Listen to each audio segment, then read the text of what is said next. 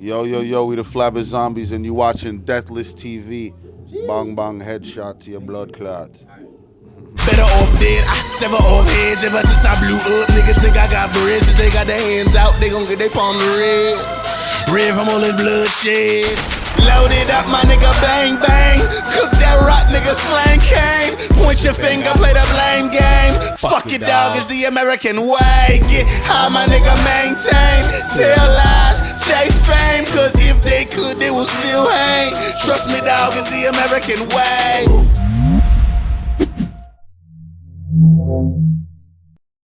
Definitely, or not deja vu, but yesterday he had jumped in the crowd, and usually when he jumps in the crowd, they don't be moving and shit, so he be on the mic, he be like, move, move, and I feel like I haven't heard that shit in like 5 years, so that was like very refreshing to hear that.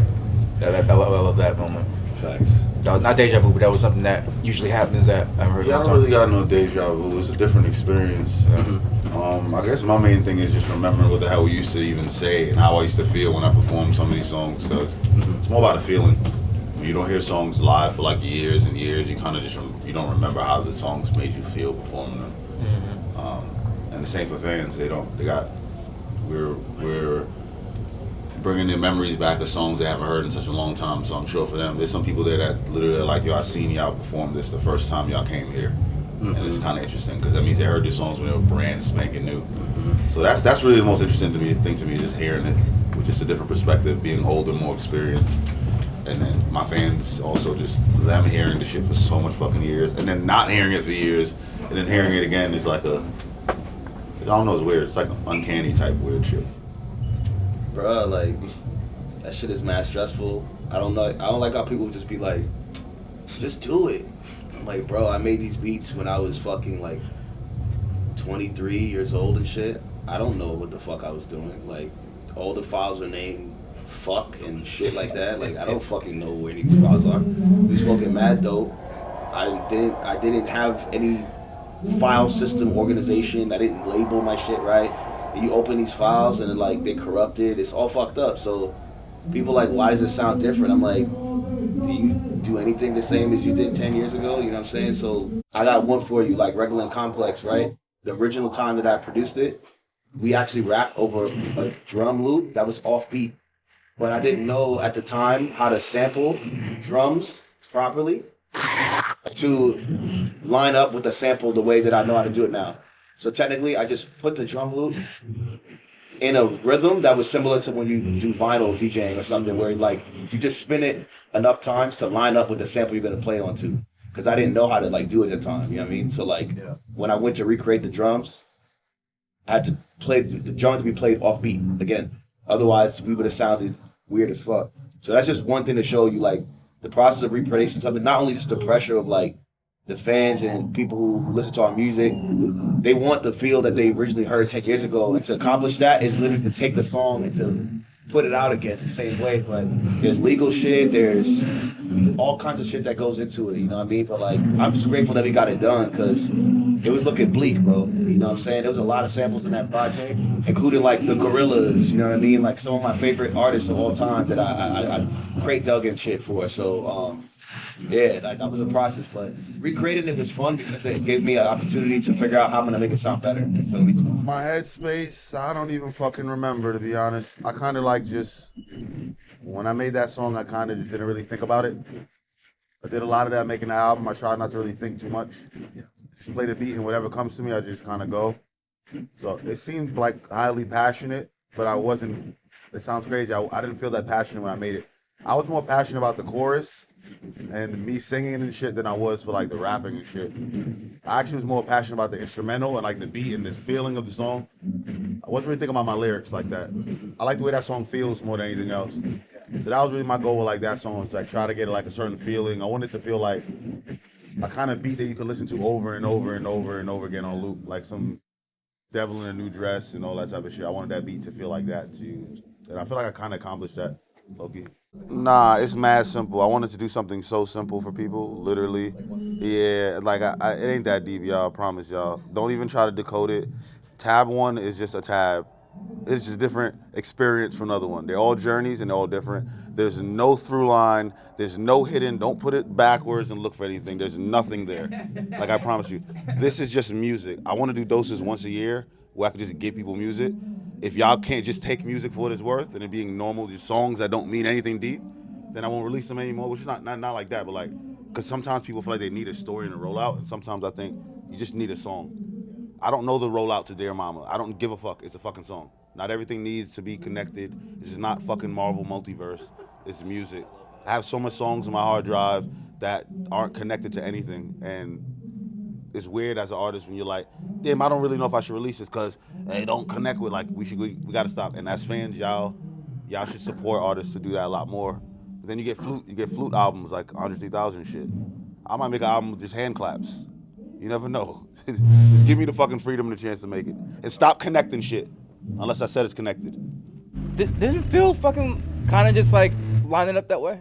Like he just naturally felt it was supposed to move that way? I don't really know. Do we pick who we were gonna work with? No. Honestly, I don't really remember. Like that day was very like natural.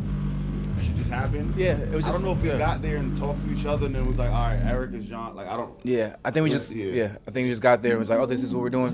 Yeah, and it actually just worked perfect. It wasn't like, yo, Erick, you're gonna talk to John Leguizamo. That doesn't work. Then it's gonna be Meech. I think it's just really natural. I know that Juice, you and Ice-T for sure made sense, but I don't think we were deciding on what we were trying to do.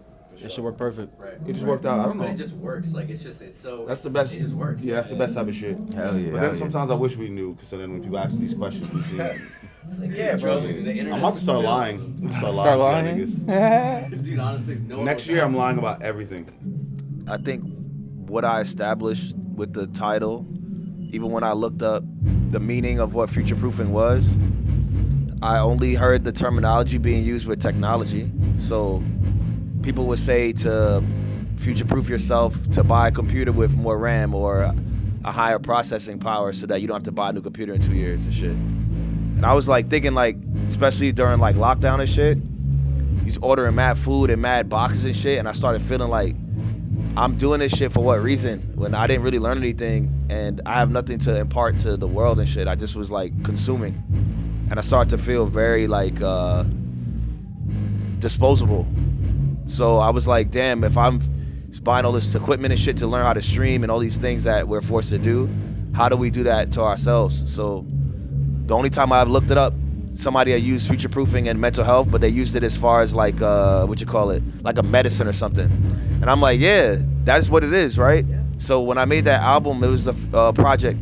It really was only 18 minutes long, but like, that shit really helped me through the time of like, you know, my mom had passed away before I moved to LA, you know what I'm saying? And like, there was so much shit going on in my life that I really felt like I needed to do something that changed the pacing of what I've been doing. Like Let It Go being a successful song and doing a whole project with only London-based artists. To me, it was like, it was my affinity to European culture and also just like my affinity to London culture, you know, from Lyndon to Pip to Loyal, they're all London artists. The person who mixed it, produced it, all from London. So to me, it was like my way of reaching across the fucking ocean in a time when we can't travel. You know what I'm saying? So am I gonna continue it? My new album is way better than that shit. So I'm gonna continue to promote the iconography of Future Proof, but like I'm on some other shit now. So like I hope that impacted the people that it was intended for, because it definitely helped me. And I'm going to continue to tell that story through my music. Nah, it was the easiest song I ever wrote, probably. Just taken from real life experiences. The artwork, I knew what I wanted to do. The video, the whole fucking rough draft, where I put a bunch of clips together before I made the video. I knew exactly everything I wanted to do in that fucking song, like to the T. And it's very rare that you actually do something and it comes out how you wanted it to. So I'm really, really, really, really proud of that shit. I didn't forget, but I'm fucking grateful. It's deja vu, right? So it's like we've been here before, but this time is just different. Our bodies is different. Our minds are expanded. You feel me? So like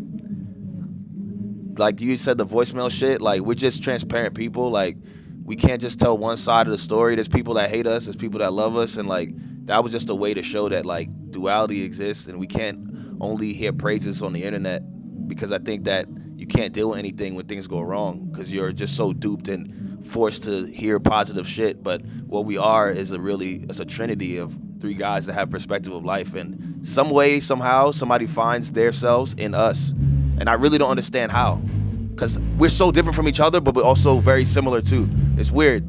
So even if you say fuck all three of them, there's probably something wrong with you, because then it's like, how could you hate three different times, before you love once? That's weird to me. What he said, I think when we was with RZA in the studio, we just talked about movies a lot. I asked him a lot of questions about movies and picked his brain. I know he samples a lot of movies, so I asked him about like John Woo samples, and we just talked about mad different weird shit. And then for some reason we just stayed on movies, right? That's really what it was. And it was like, we should just name these songs after movies and directors that we like. So that was the original idea. It was like old directors and like movie based. And that was probably like the connection that we had, the easiest outside of being from New York and like we have a big respect for film with each other and have a lot of experience with that. And then he's done that shit before too, so it just made sense. Yeah, that was fun. It wasn't another thing, like we don't really be thinking too hard. We don't got like a whole team of motherfuckers trying to make like do quantum physics to get shit to work for us. A lot of times it'd be like, you like fucking movies, I like movies too. You like weed, me too, let's move a song about weed, and then you just do it. I think that's why people like our shit and they really feel it, because they can feel the real intent. It's not manufactured, Dude, like, I remember when we went to his crib, our phones ain't working shit. So, like, you kind of, like, trapped in this fucking world with him and shit. And he just was like, yo, I don't care if y'all make music or not. We could just talk shit about movies and, like, all this shit. And that, anytime I did a session afterward, I always tell somebody that, because I was like, RZA told me that. Actually, the first time we had Clase Azul was with RZA too. So he opened up a whole door for, like, of course we respect him and we love his music. So I was just like, there's so much expectation there and shit. But he just made it mad chill, like, and then even like working on the music with him, he was so agreeable, bro. Like, he was so cool. And this is somebody we would listen to since we were children. So it was weird to like have that rapport. And like he said, it wasn't like it was forcing shit. Even like, bro, like some of the first beats I heard was from this guy, you know what I mean? And like he asked me, he was like, yo, Ark, if you want to throw some shit on it. I'm like, yeah, bro, like what the fuck? Like, and like, not that it needed me at all, you know what I'm saying? Because I think that the rawest form of us is gonna be like what they naturally make. But I feel like just hearing the music and being part of it and producing and shit, I wanted to help produce some of it too. So like, I was grateful still to this day. Sometimes I forget that I did that with him because like it was so natural, it was so freeing, you know what I mean? And like, yeah, it's kind of crazy like how similar we are. And also just what Wu-Tang means, their cult following is like, it is adjacent to Flatbush Zombies. And we are like from New York City and we are representing a way of new thinking and new processing. Facts. I overwhelm myself and shit because I have a lot of ambition, and it's probably my biggest flaw and superpower. I have a lot of interest, and respectfully, I'm good at everything that I like to do. And I've seen a lot of people fail while trying something new. I've never failed trying anything new in my life. Like, the attempt is really, I literally said that in Death when we were on the 10th year anniversary tour. You know, you're only failing if you never try to do it. So my perspective on it was like, man, I could just sit here and just wonder and live in wonder my whole life, but I have to try. So like, even if it's not accepted by people or they don't understand it, I have to be myself. And I think when it comes to creativity or anything that I believe in, so it could be painting, it could be fucking producing, I think I have to put myself first and understand that like, time will let me know when it's time to move on to something else, a different medium of expression, you know what I'm saying? We was talking about Andre, like, it took him so long to do this album. His greatness and all the stuff he did his whole life really allow him the freedom to do something like that. And like, that's the type of artist that I would like to be heralded as, you know what I'm saying? Like, don't force me to do anything and just accept me for an artist, you know? Because I love rap music, but I love all kinds of music too. So just give me a chance to like show you. That's basically, you know, that's basically it. I would go with the 990 New Balances. That's my favorite sneakers. Besides like growing up and wearing Air Force Ones and Timbs and shit, I just feel like for comfort, I'm at that age where like I want to be comfortable, bro. Like I want to be able to wear it with any type of pants. If you know, I don't want a dad bod and shit, but I just want to make sure that like I feel comfortable. I got New Balances on right now, so but like yeah, that's probably what I would do. And if not, I would do some Timbs, like how Supreme did the Timbs collab a couple years ago. The Dipset shit. I'm not that big on comfort. I know that sounds weird, but I'm not like, I hate all the easy sock type shoes. I hate the Balenciaga runners. I don't like any shoe that looks like a sock. The New Balance is not in that world. I hate all the sock type shoes. Hate them. Any shoe that's really soft and squishy. I'm really from the era of like like tempos and big foam, like big. I like bulky sneakers. See how big I'm double soled right now. Like that makes me feel like I have a purpose a little bit. I don't even really wear slippers in the crib, bro. Like I don't like that vulnerability on my feet. It's weird. I like to be stable and rocky and sturdy. So for me, I don't know what I would do. I'd work for any company though. It doesn't really matter, especially if they give us the chance to do whatever the fuck we want. But I actually love those New Balances. I copped them for the first time last year, and I lost them. I don't know what happened to them, but they're beautiful sneakers. Vans or Converse for sure.